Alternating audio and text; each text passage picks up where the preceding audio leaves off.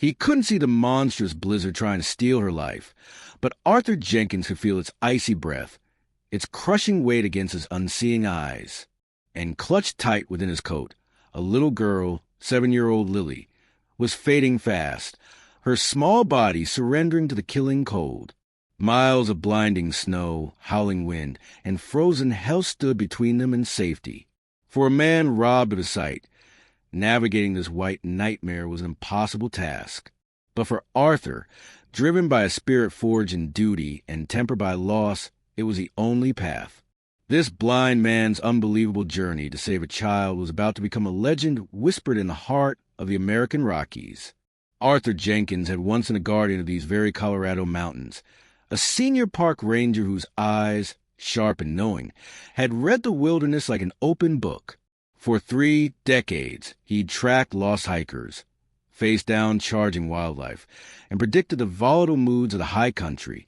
His vision was his compass, his shield, his connection to the raw, untamed beauty he'd sworn to protect. Then, 5 years ago, the world had begun to dim. Glaucoma, aggressive and swift, stole the vibrant greens of the forest, the azure of the alpine lakes, the fiery sunsets over snow-capped peaks, plunging him first into a world of murky shadows, then into an abyss of complete and unyielding darkness. The loss was like a phantom limb, an ache for a sense that had defined his very existence. He'd almost lost himself in that darkness, the initial despair a heavier burden than any pack he'd ever carried. But Arthur was a ranger to his core. The same discipline, the same uncomplaining grit that had seen him through blizzards and rock slides was now turned inward. He mapped his small cabin, nestled on the outskirts of Havenwood, with his hands, his memory, his remaining senses. Every creak of the floorboards, every knot in the wood of his furniture became a landmark. His old German shepherd, Shadow, now gray around the muzzle and slow in his gait, offered silent companionship, a warm presence by the hearth. The people of Havenwood, a tight-knit community where self-reliance was etched into the local character, watched Arthur's quiet battle with a respectful admiration. They'd see him on his daily walks, his worn hickory cane sweeping arcs before him, navigating the familiar paths with a focused grace that belied the sightless world he inhabited. He was a man of routine, his days measured by the sound of the town, the scent of pine on the wind, the subtle shifts in temperature that spoke of changing weather. His past service wasn't just a collection of faded memories. It was woven into the fabric of his being. The intricate network of trails, the hidden dangers, the secret shelters of these mountains. They lived within him, a detailed topography etched not on paper, but in his mind and soul. He carried a quiet burden from those years, too, a memory of one particularly harsh winter. A young hiker, he'd arrived moments too late to save from an avalanche. That loss had carved a deep groove of responsibility in him, a promise to himself that he'd never be too late again if he could help it. It was a promise that echoed now in the silence of his sightless world. He missed the grandeur of the visible world, a constant, dull ache in his heart. Yet in its absence, his other senses had sharpened, becoming acute instruments. He could hear the subtle flutter of a chickadee's wings, smell a distant rainstorm hours before it arrived, feel the almost imperceptible drop in barometric pressure that heralded a coming tempest. His connection to mountains, if anything, had deepened, become more elemental. That late autumn afternoon began with deceptive calm, the air crisp and carrying the faint, metallic tang of impending snow. Lily Evans, 7 years old, a recent arrival in Havenwood with her mother, Sarah, was a whirlwind of blonde hair and boundless curiosity. Sarah, a single parent working double shifts at the town's diner to make ends meet, cherished Lily's adventurous spirit, though it sometimes gave her a flutter of anxiety. Lily loved the woods bordering their small rental, a place of endless imaginary kingdoms and secret discoveries. Then, with the sudden, brutal ferocity only high mountains can unleash, the weather turned. An unforecasted blizzard, a rogue storm of terrifying intensity, slammed into Havenwood. One moment, a few playful flakes danced in the air. The next, the world vanished into a shrieking, swirling vortex of white. Visibility dropped to zero. The wind, a savage, screaming entity, piled snow into colossal drifts, transforming the familiar landscape into an alien, treacherous terrain. Sarah, her shift at the diner cut short by the escalating storm, battled her way home, her heart a cold knot of dread. The house was empty. Lily wasn't back. "Lily!" she screamed into the wind, her voice instantly devoured. She fumbled for her phone, her fingers numb, dialing the sheriff. Pure, undiluted panic, sharp as broken glass, tore through her. Havenwood's volunteer search and rescue team, a small but fiercely dedicated group of ranchers, loggers, and local business owners, mobilized within minutes. But the storm was a raging monster. It grounded helicopters, and on the ground, progress was a grueling, dangerous crawl. Every member of the team knew the chilling arithmetic of survival in such conditions, especially for a small, lightly clad child. Time was their most brutal enemy. Inside his cabin, Arthur Jenkins felt the world outside contract. The barometric pressure had plummeted with an alarming speed his senses registered like a physical blow. The wind's usual mournful song to the pines had escalated into a high-pitched, furious shriek that rattled the very timbers of his home. He knew this sound. This was not just snow. This was a killer storm, the kind that showed no mercy. He stood near his window, his face turned towards a glass he couldn't see through, listening with an almost painful concentration. The familiar auditory landmarks of his world were being twisted, swallowed by the storm's violent symphony. And then a flicker, so faint, so thin, it was almost lost in the gale's roar. A high-pitched sound, a cry, or was it just the wind, tearing through a gap in the trees, playing cruel tricks on ears that had become his eyes? He held his breath, his head tilted, every nerve ending straining. Silence, just a deafening howl. He almost dismissed it, his heart sinking. But then it came again, weaker this time, more desperate, almost certainly gone on the next gust, but unmistakably human. A child, coming from the direction of the old Miller Creek trail, a narrow, winding path he knew like the lines on his own palm, a path that became a deadly labyrinth in heavy snow, even for those with perfect sight. The ranger in him, the protector, the man who had made a silent vow years ago, didn't hesitate. There was no internal debate, no weighing of his own safety against the monstrous odds. A child was out there, alone, in this. His past failure loomed, not as a deterrent, but as a spur. This time, he would not be too late. With a speed and decisive purpose that belied his 60-something years and his blindness, Arthur moved. He pulled on his heaviest gear, the thick, insulated parka that smelled of countless campfires and frozen dawns, thermal layers beneath, waterproof boots that had crunched through miles of wilderness. His fleece-lined hat was pulled low, his thick gloves already feeling stiff in the cabin's warmth. He grabbed his hickory cane, its shaft smooth and familiar, its tip reinforced for ice. Shadow whined for his rug by the stove, a low, anxious sound, sensing the coiled urgency in his master. "Stay, boy," Arthur murmured, a brief touch to the dog's head. This was a journey he had to make alone, guided by sense as a dog. For all his loyalty, couldn't share or aid in this specific way. He opened the door, and the storm lunged at him, a physical assault of wind and ice. It stole his breath, tried to shove him back into the cabin's relative safety.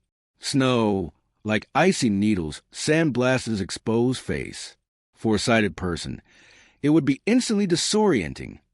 For Arthur, it was a tactile explosion, a roaring chaos that threatened to overwhelm his carefully constructed mental map.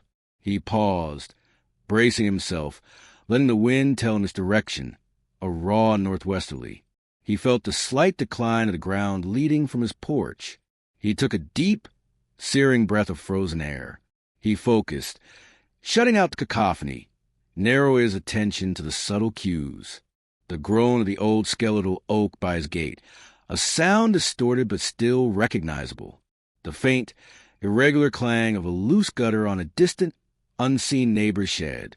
He began to move, his cane sweeping, tapping, tasting the unseen terrain, searching for the almost imperceptible depression that marked the start of the Miller Creek Trail.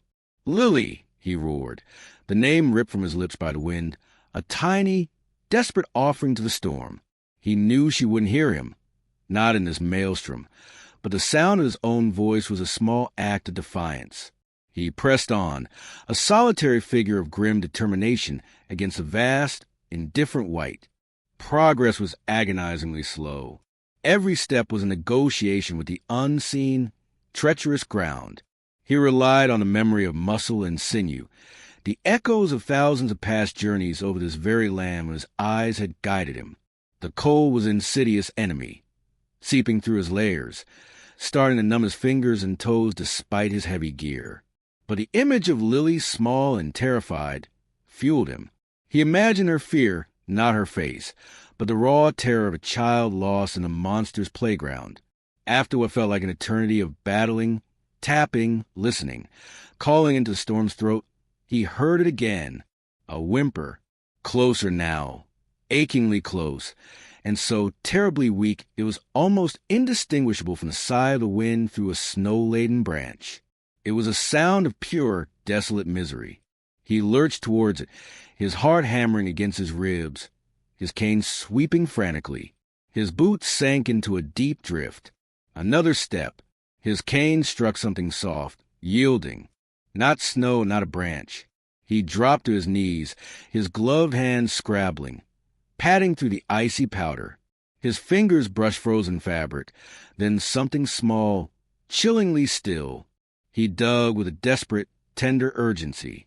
There she was, Lily, half buried beside the ghost of the trail, curled into a fetal ball, her face a pale, bluish-white under the snow dusting her eyelashes. She was barely conscious, a faint, almost imperceptible tremor running through her tiny frame. Hypothermia. Severe. Arthur knew the signs all too well. Her shivering was weak, almost non-existent, a terrifying indicator that her body was losing the fight. Time was a luxury they didn't have. His cabin, the nearest solid shelter he could reliably navigate to, was miles away. Miles of this. He knew the SAR team was out there somewhere, but they'd be fighting their own desperate battles against the storm, their search patterns dictated by accessibility and the grim probabilities of survival. He couldn't wait for them. He wouldn't. With movements made swift by adrenaline yet incredibly gentle, Arthur unzipped his large parka. He carefully lifted Lily. Her small body felt inert, a dead weight of penetrating cold. He pulled her inside his coat, against his chest, arranging her so her head rested near his heart, trying to create a shared pocket of warmth with his own body heat. He zipped the coat up as high as it would go, enveloping her. "It's okay, Lily," he murmured, his voice raspy, close to her ear. "I've got you. We're going home. Just hold on tight, little one."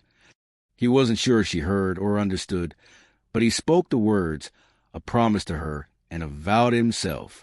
Lifting her, then taking that first step, was an immense effort. Arthur was still a strong man, but the uneven, snow-clogged terrain, peppered with hidden ice patches, combined with his blindness and the precious, fragile burden he carried, turned every footstep into a perilous, agonizing gamble. The wind, like a malicious entity, clawed at him, trying to wrench Lily from his grasp, trying to spin him around and obliterate his remembered path. He focused on the feel of the earth beneath his boots, the subtle gradients his feet knew by heart. The constant pressure of the wind on his left cheek served as his crude compass.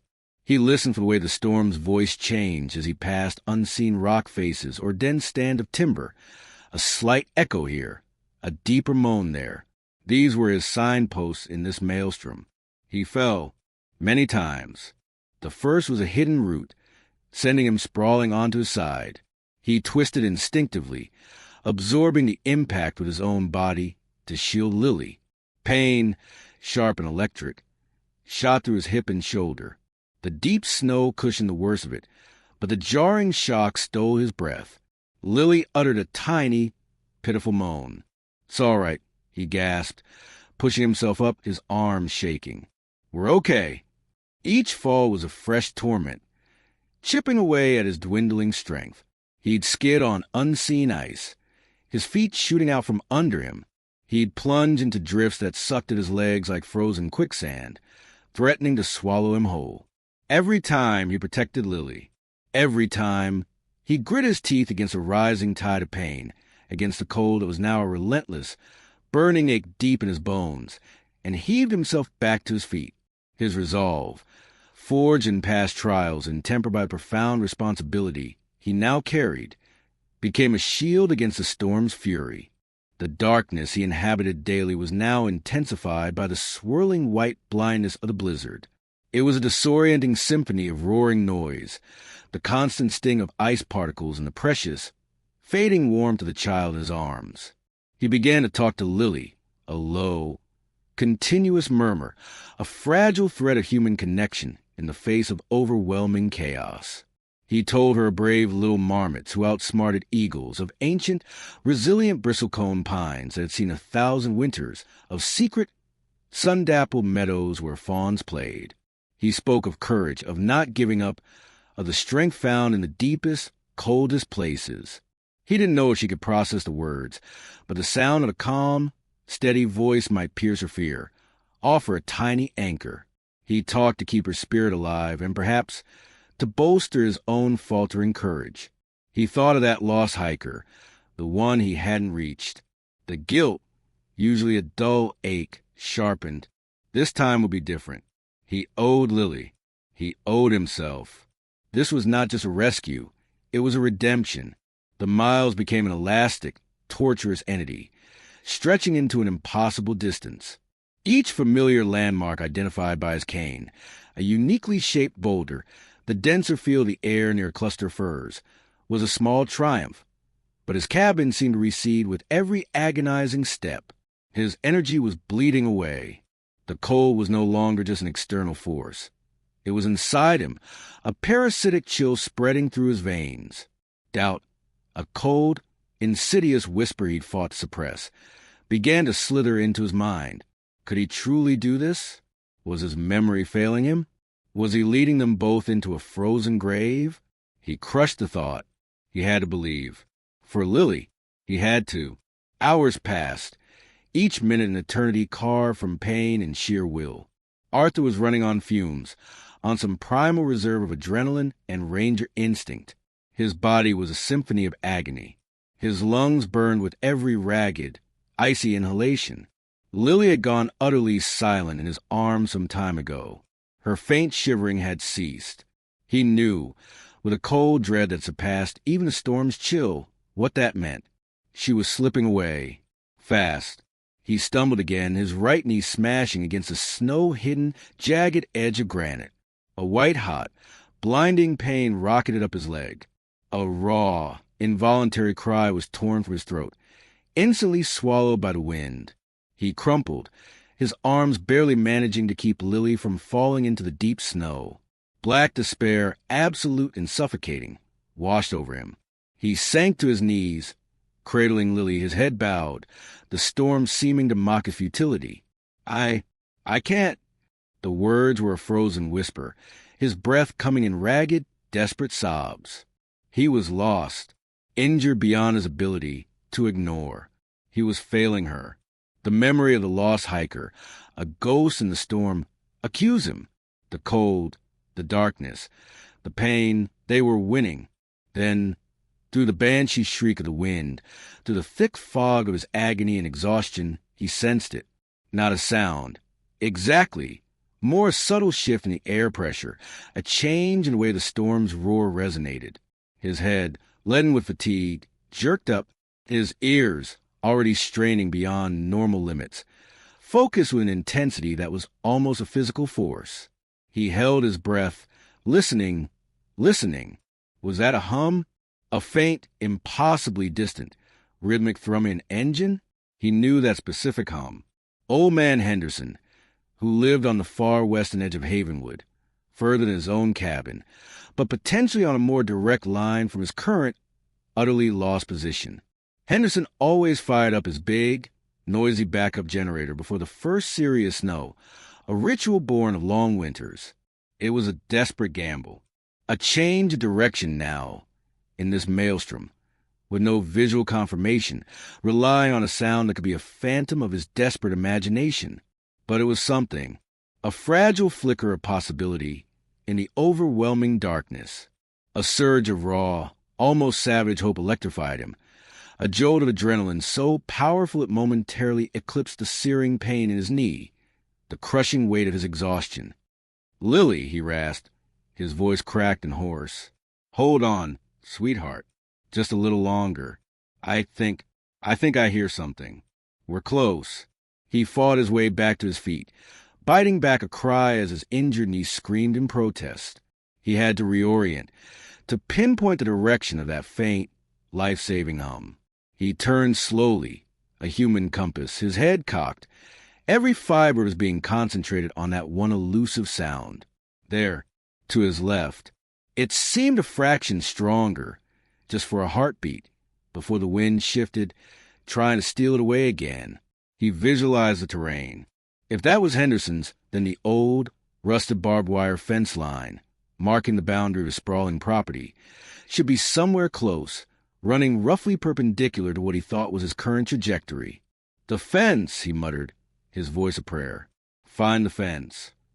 His cane swept in wider, more frantic arcs, probing the deep snow.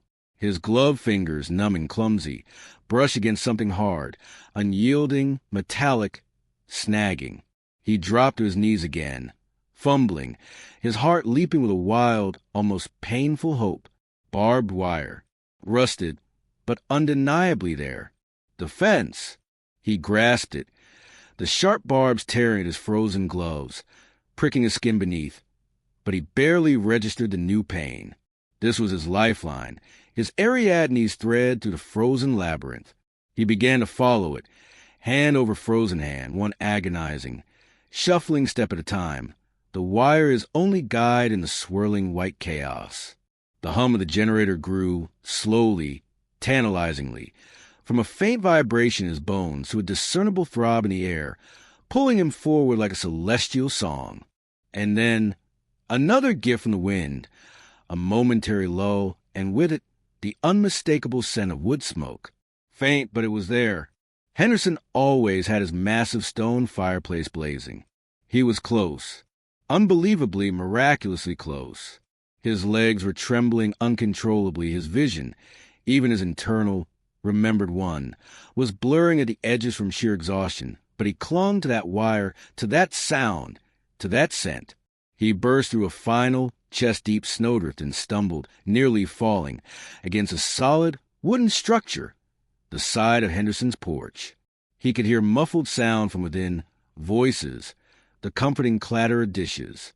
Warmth, or the very idea of it, seemed to radiate to the frozen planks. With the absolute last dregs of his strength, the final flicker of his indomitable will, he raised a trembling fist and pounded on the door, his blows weak, desperate thuds. "Help!" he croaked, his voice a shredded whisper. "Please, help. Child out here needs help." The door was wrenched open, spilling a rectangle of warm, golden light onto the snow-blasted porch. Martha Henderson, a woman whose kindness was as legendary as her apple pies, stood framed in the doorway, her expression morphing from startled curiosity to wide-eyed disbelief, then utter horror as she took in the apparition before her. Arthur Jenkins, caked in ice and snow, looking like a frozen wraith, and the small, still form clutched within the front of his ravaged coat. "Arthur, my God in heaven!" she cried, her hand flying to her mouth. Is that little Lily Evans? Oh, dear Lord, George. Get in here. Arthur, get in." The wave of warmth from the house, the sudden cessation of the wind's assault, was like a physical blow. It was as if the last invisible thread, holding Arthur upright, had snapped. His legs buckled. He collapsed onto the porch floor, carefully, instinctively, twisting even as he fell to ensure Lily was cushioned. Strong hands were immediately there, lifting him, guiding him into blessed, almost painful heat of the house. Inside, the scene exploded into controlled, efficient action. Martha's husband, George, a retired town doctor whose skills were thankfully not entirely rusted, took one look at Lily, and his old instincts flared. They gently, swiftly, took the child from Arthur's failing arms. Her skin was marble cold, her breathing terrifyingly shallow. They rushed her to the massive stone fireplace, stripping away her soaked, frozen clothes with practiced hands, wrapping her in layers of warm, dry blankets George was already heating by the fire. He checked her vitals, his face grim but intensely focused, as he began the urgent, delicate process of combating severe hypothermia. The emergency radio frequency, which Martha had been monitoring with growing anxiety, crackled to life as George, after barking orders for more warm water and blankets, got on his own ham radio. "She's found." His voice, calm but resonant with profound relief, cut through the static. "It's Lily Evans. Arthur Jenkins brought her in. She's alive. Hypothermic, critical, but alive. We're at our place on Ridge Road. Need paramedics, but tell her daughter is alive." Arthur, now shivering violently as the adrenaline leached from his system, was gently guided to a sturdy armchair near the roaring fire. He could only slump there, utterly spent, his unseen world now filled with the miraculous sounds of rescue. George's calm, authoritative voice giving instructions, Martha's soothing murmurs to Lily, the crackle of the fire, the distant, approaching wail of the siren somehow making its way through the storm. He heard Lily cough, a weak, rattling sound that was still the most beautiful music he could imagine, then a whimper, and after what seemed an eternity, but was perhaps only minutes, her eyes, which had been closed and sunken, fluttered open. She blinked, confused, taking in the warm, firelit room, the kind, anxious faces leaning over her. Her gaze, still unfocused, drifted and found Arthur slumped near the fire, his head bowed in exhaustion, but his face turned toward the sound of her tentative breaths. A tiny, weak smile touched her chapped lips. Sarah Evans arrived not long after, brought by a snowmobile driven by a grim-faced SAR volunteer who had been part of a team searching a lower, less treacherous area. Her face was a ravaged mass of hours of unimaginable anguish, now illuminated by a fragile, disbelieving hope. The reunion was a torrent of relieved sobs, incoherent words of thanks to God, to the Hendersons, to fate. Sarah fell to her knees beside the makeshift bed they'd made for Lily, touching her daughter's face, her hair, her tiny, warming hands. Then she turned to Arthur. He was sipping hot, sweet tea Martha had pressed into his numb fingers. Sarah grabbed his free hand, clutching it with desperate strength, her tears streaming, washing clean streaks through the grime and exhaustion on her own face. "You saved her," she wept, her voice choked, her eyes fixed on a man who looked as if he'd wrestled death itself and barely survived. "You saved my baby. How? How did you even find her? In this, how did you get here? You can't even see." Arthur, weary beyond any words he possessed, managed a faint, tired smile. His voice was a mere breath. "She's a fighter," he said, his gaze, though sightless, directed toward the sound of Lily's now slightly stronger, more regular breathing. "Your Lily," she held on. The news of Arthur Jenkins' incredible feat, of the blind man who had walked into the blizzard's frozen heart and plucked the child from its icy grasp, spread through Havenwood faster than the wind itself. It crackled over radios, was relayed from house to house by phone lines that miraculously still worked, a story of impossible courage that pierced the storm's oppressive gloom like a ray of sudden sunshine. In the days that followed, as Havenwood slowly, laboriously dug itself out from under the monumental drifts, Arthur Jenkins was no longer just the town's quiet, blind resident. He was a hero. His name was spoken with awe, with reverence, with a deep, bone-felt gratitude. Lily, against considerable odds, made a full recovery, her youthful resilience and George Henderson's swift intervention, followed by the care at the small-town clinic, pulling her back from the brink. Her adventurous spirit remained, but it was now intertwined with profound respect for the mountain's power and an unshakable, adoring affection for quiet, courageous man who had carried her through the storm. She'd insist on visiting Arthur, bringing him crayon drawings of bright yellow suns and impossible blue flowers, images he could only feel through her descriptions but cherish with a gentle smile and a soft, "Thank you, Lily Bug," that made her heart swell. The community, that sturdy fabric of Havenwood, wrapped itself around Arthur, not with pity, but with an outpouring of genuine admiration. His small cabin saw a parade of visitors bearing gifts of split firewood, hearty stews, offers to mend his fence or clear his path. They came to sit by his fire, to share coffee, simply to be near the man who had done the unimaginable. He, in his quiet, humble way, would always deflect the praise. "Just did what anyone would do," he'd murmur, or "the mountain showed me the way in its own fashion." But something profound had shifted within Arthur. The perpetual darkness he inhabited no longer felt like confinement, a constant reminder of loss. It felt, instead, like a space where other strengths, other ways of knowing, had been honed an extraordinary edge. He had faced a storm, faced his own deepest fears, and he had not been found wanting. He had fulfilled that silent vow, made years ago in the shadow of another mountain tragedy. He had not been too late. His life, though irrevocably changed by blindness, was not diminished. It had found a new, powerful purpose. Arthur Jenkins' unbelievable journey was indeed a miracle, the townsfolk said. But it was more. It was a testament to the quiet, unwavering courage that often lies dormant in the American spirit, in everyday men and women who, when the moment of crisis arrives, draw upon some deep, inner reservoir of strength and do what must be done. It was a story of resilience in the face of crushing adversity, of the unbreakable human instinct to protect the vulnerable, of sacrifice made without fanfare. Arthur Jenkins couldn't see the world with his eyes, but he had shown Havenwood, and anyone who would listen, the piercing clarity of true vision, the vision of a courageous heart, an unbreakable spirit. He was a living reminder that heroes are not defined by what they can see, but by what they can do, guided by the unwavering light of duty, compassion, and the enduring strength of the human soul.